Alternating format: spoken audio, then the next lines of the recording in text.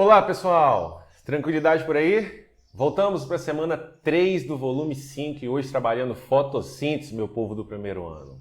Vou trazer para vocês dados teóricos como fiz anteriormente e depois a gente faz as atividades que são rápidas. Mas olha, teoria de fotossíntese é um pouco mais complexa, hein, galera? Como sempre eu digo para vocês, não é facinha não. Tentei amenizar. Vamos ver se eu consegui. Meu povo, nosso Instagram hoje nós estamos colocando as atividades, aliás, listando as atividades todas do nosso canal do YouTube. E aí a gente tem trazido lá o cronograma que vocês tanto pedem e também estamos colocando as novidades Escola Online como a nossa plataforma. Vocês já viram isso? Já fizeram os quiz que temos lá de matemática, de história, biologia, química, física? Muito legal. Contamos com vocês lá, valeu? Eu sou o professor Charles, professor de Biologia do canal Escola Online.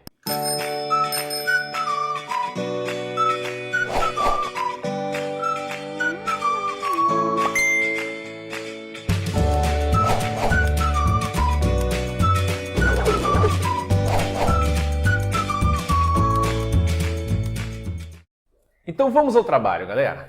Tá aí para vocês o título, ó, fotossíntese. Agora, o que é isso? Essa tal fotossíntese é um processo, é uma parte da bioenergética em que seres vivos autotróficos podem produzir seu próprio alimento. O que eles fazem? Eles pegam energia, no caso da fotossíntese, energia luminosa, vinda do Sol, e conseguem colocar essa energia dentro da molécula de glicose, que é produzida ao longo do processo. Para ele fazer isso, ele precisa do CO2, que ele retira da atmosfera, precisa da água. E aí, com a energia luminosa que é captada pelos pigmentos fotossintéticos, dentre eles as clorofilas, o ser vivo vai fazer essa fotossíntese. Agora, quais seres vivos fazem isso, Charles? Principalmente as algas eucarióticas e as plantas. Mas dentre os procariotos, há também bactérias, como as cianobactérias, que fazem isso também. Beleza? O que eu disse apareceu aí no slide para vocês, mas eu quero um destaque. O destaque é equação geral da fotossíntese. A equação é da química, aí é com a professora Simone, mas a gente tem que saber um pouquinho. Olha só, você pegou 6 moléculas de CO2, mais 12 moléculas de água. 12, não 12, 12. Aí tá vendo ali, ó, a energia luminosa foi absorvida, principalmente pela molécula de clorofila, mas não somente, existem outros pigmentos que ajudam a captura de energia da luz. E aí foi feito o C6H12O6, essa é a glicose.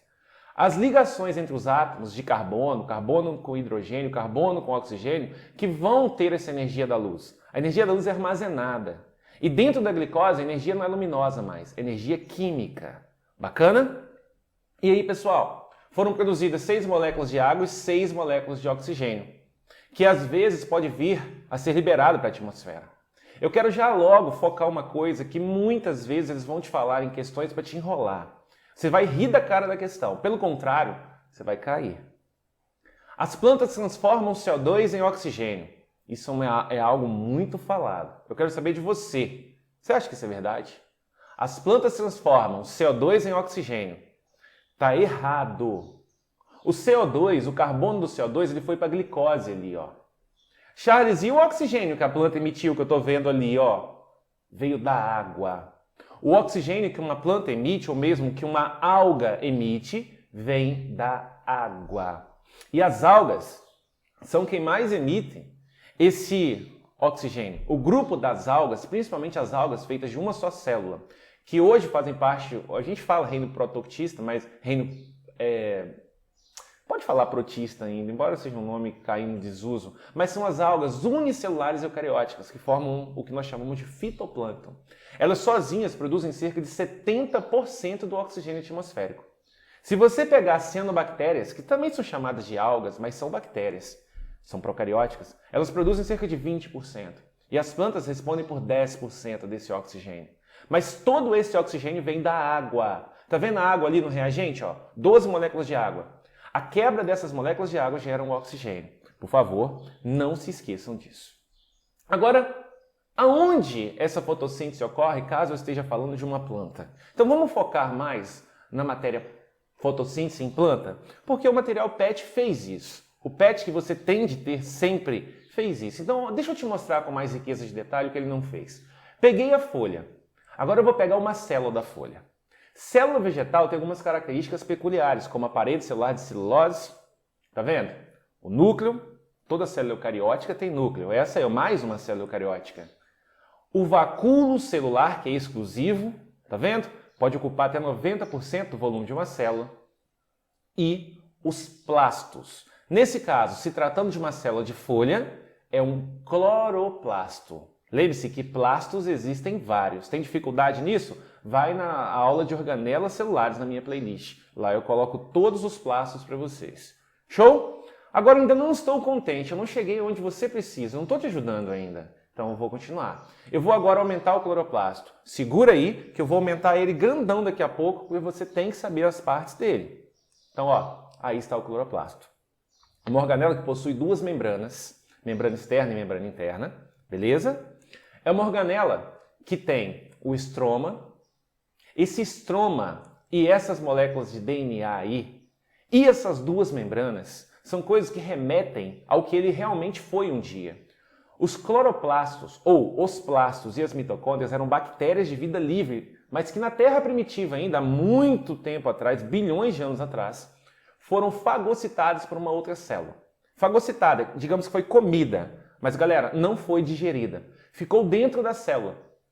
E hoje nós chamamos isso de endossimbiose. É uma endossimbiose mutualística. Beleza? Teoria endossimbiótica mutualística proposta por uma cientista chamada Lynn Margulis. Morreu recentemente aí e deixou um legado bem interessante para nós em termos de ciência. Moçada, aí vocês estão vendo um grânum. Aí você olha para isso e fala, não entendi o que é esse grânum, Charles. Então vamos lá. O grânum é uma pilha de tilacoides. Mais fácil, né? Então agora a gente vai focar nesse grânum. Mas não o grânum como um todo. A gente vai pegar a membrana do tilacoide. Olha ali. Pegamos um grânum, pegamos o tilacoide e vamos ampliar a membrana dele. Tudo isso para poder chegar nesse complexo antena aí e poder ampliar e falar com vocês que a clorofila é um pigmento extremamente importante. Se situou? Se você se situou, você aprendeu uma teoria que é difícil, você tem que colocar as partezinhas na sua cabeça e você já resolveu uma das atividades. Pode acreditar em mim, está resolvida aí. Meus queridos amigos, esse é o cloroplasto. Essa era uma bactéria na Terra primitiva. Tem duas membranas. A membrana externa é da célula que fagocitou, mas não digeriu. A membrana interna é a membrana original da mitocôndria, da bactéria. O que você chama hoje de estroma, que é uma cavidade, um local muito importante, antes era simplesmente chamado citoplasma. Bacana? O DNA nessa figura não foi destacado. Mas há um destaque ali para o grânum, tá vendo? Grânum é uma pilha de tilacoides. Você está vendo, na verdade, vários grana. Que isso, Charles? Grana é plural de granum. Então você tem um grânum, 2 grana, 3 grana, 4 grana. Beleza? A gente vai precisar disso. Como? Por quê? Segura aí. O cloroplasto só tem em algas e nas plantas. Então quer dizer que as cianobactérias fazem fotossíntese, mas não tem cloroplastos. Bacana? E o que eu disse no início dessa aula? A energia vem da luz e ela é transformada em energia química e depositada nas moléculas de glicose. Então, energia luminosa sendo convertida em energia química. Ocorre uma fase que nós chamamos de fase fotoquímica, antigamente chamada de fase de claro, na membrana dos tilacoides. Essa fase depende diretamente da energia da luz. E existe uma outra fase chamada de fase química. A fase da membrana dos tilacoides é a fotoquímica. E a fase química ocorre no estroma, que é o espaço que antes era o citoplasma. Beleza? Vamos lá. Então agora eu vou resumir para você o que eu vou te falar nos próximos slides. Lembra que eu disse? Tem bastante teoria. Então esse é um cloroplasto. Então vamos colocar aqui, ó, a luz e a água. Energia e já uma molécula, que eu preciso como reagente da equação. Então olha só. Luz e água necessários, porque nas membranas do tilacoide ocorre a fase fotoquímica. A fase que necessita diretamente de energia da luz. Chamamos ela de etapa 1. Tranquilo, né? Fase fotoquímica. Preciso da luz. Só ocorre se tiver luz. Na fase fotoquímica, eu vou produzir ATP, que é uma molécula com bastante energia. Eu produzi esse ATP absorvendo energia da luz. Produzi também o NADPH2. Segura aí. nicotinamida, adenina, dinucleotídeo, fosfato. É o nome do NADPH2. É uma molécula que está transportando elétrons, ou seja, energia, e transportando também hidrogênios. E nesse momento da fase fotoquímica, eu quebro a molécula de água. Tá vendo? Eu quebrei a molécula de água e produzi o oxigênio. Show, pessoal? Agora, para que tudo isso, Charles? O objetivo da fotossíntese é produzir a glicose. Mas eu não acabei. Eu já passei pela membrana dos tilacoides e fiz a fase fotoquímica. Agora eu preciso fazer a fase química. A fase química, antigamente chamada de fase de escuro, ela não depende da energia da luz diretamente. Ela não depende que tenha luz, ela depende que tenha ocorrido antes a fase fotoquímica. Nossa, que difícil! Não é difícil. Assiste 2 vezes o vídeo, fazer uma coisa rápida na teoria. Olha só por que ela não depende diretamente, mas ela depende. O ATP e o NADPH2 foram produzidos quando tinha luz. E agora? Agora eu pego o CO2, o ATP, o NADPH2 e na etapa química que ocorre no estroma, eu vou produzir a glicose. Então, moçada, a gente fala que na etapa química a glicose é sintetizada. Ou você fala que houve a redução do CO2, fixação do carbono. São formas de falar a mesma coisa. Significa que você acabou de produzir a glicose. Bacana? E o ATP que veio cheio de energia, tá vendo? Ele veio cheio de energia. Ele deixa essa energia e volta como ADP. Ele volta com um fosfato a menos. Essa última ligação com o fosfato era uma ligação altamente energética. Eu já lecionei isso para vocês nas aulas anteriores. Volte nas aulas anteriores caso você tenha dúvida, mas não deixe de entender. Então, ATP vem cheio de energia, deixa essa energia e volta na forma de ADP. O NADPH2 veio trazendo também energia e hidrogênio. Ele deixa esse hidrogênio, deixa essa energia e volta na forma de NADP. Tá vendo? Sem os hidrogênios que existiam antes. Então, esse é o resumo da obra que eu tinha de trazer para vocês. Show de bola? Então tá aí, galera. Ó. Fase fotoquímica ocorre nos tilacoides.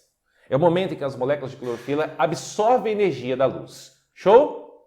Fotólise da água, que é a quebra da molécula de água. Eu vou detalhar isso para você no próximo slide. Essa fotólise da água vai liberar elétrons e prótons, H+. Beleza? E ocorre também a produção do ATP, que a gente vai chamar de fotofosforilação.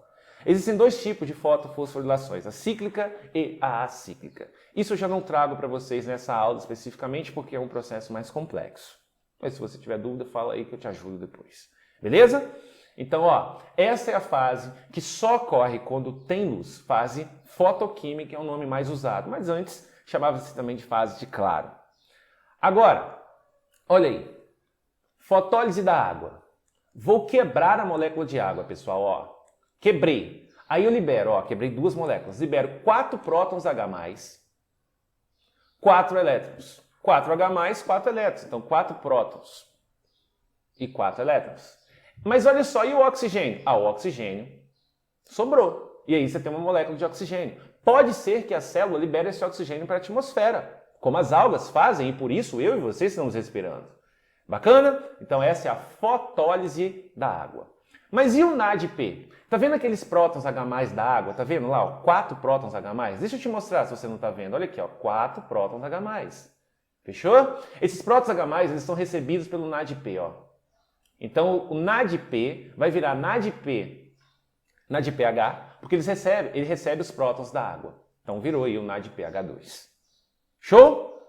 E esses elétrons aqui, Charles, esses elétrons aqui, pessoal, são herdados pela molécula de clorofila B. Esses elétrons aqui vão lá para a clorofila B. É ela quem vai os receber. Show? E o outro processo, a fotofosforilação, que eu já havia adiantado, que é a produção do ATP utilizando a energia da luz. Você e eu também produzimos ATP, mas como eu já te mostrei nas aulas anteriores, na 1 e na 2, para produzir esse ATP, eu e você precisamos da energia dos alimentos. A planta precisa da energia da luz e ela consegue jogar um PI, que é um fosfato inorgânico, no ADP e fazer o seu ATP, adenosina trifosfato. Pronto, eu tenho o NADPH2, eu tenho o ATP. Agora eu vou pegar essa energia do ATP e do NADPH2, mais os hidrogênios que ele também traz, o NADPH2, e vou fazer a minha glicose. Para eu fazer essa glicose, eu preciso dessas moléculas que foram produzidas no momento em que tinha luz, mas eu posso fazer isso sem a luz. Então, olha, necessita dos produtos da fase clara, fase fotoquímica, também chamada ciclo de Calvin ou ciclo das pentoses, e ocorre no estroma dos cloroplastos, como eu já havia mostrado. Eu não vou focar nessas reações porque elas são muito complexas, realmente muito pouco cobrado em provas de forma geral, mas é o ciclo de Calvin. Mas se você quiser saber, tá aí para você, e aqui eu mostrei para você o que é. Olha que lindo. É nesse momento que você vai reduzir o CO2. É nesse momento, nessas reações cíclicas, que ocorre aí com a participação de várias enzimas, rubisco, por exemplo, que você vai produzir a glicose, literalmente. Mas tem aí no seu material, e o foco aqui, o meu foco é mostrar a você uma teoria, a parte que realmente vai importar você numa prova de Enem, entre outras coisas. Isso aqui já é, eu diria, dispensável na maior parte das provas. E eu falo com vocês com uma certa propriedade de quem trabalha em pré-vestibular já há 14 anos. Vivo fazendo questões. Charles, eu posso ser cobrado disso? Pode, numa prova de... talvez uma prova específica de biologia, para um vestibular de medicina mais complexo, aí sim. Mas é uma preparação mais específica. Para a maior parte de vocês que farão Enem, pode ficar tranquilo. Saber que existe é interessante. Beleza, meus amigos? Tranquilos? Então a gente vai para as atividades, que são muito fáceis, mas vamos vê-las. A fotossíntese é um processo que ocorre em alguns organismos autotróficos como forma de obtenção de alimento.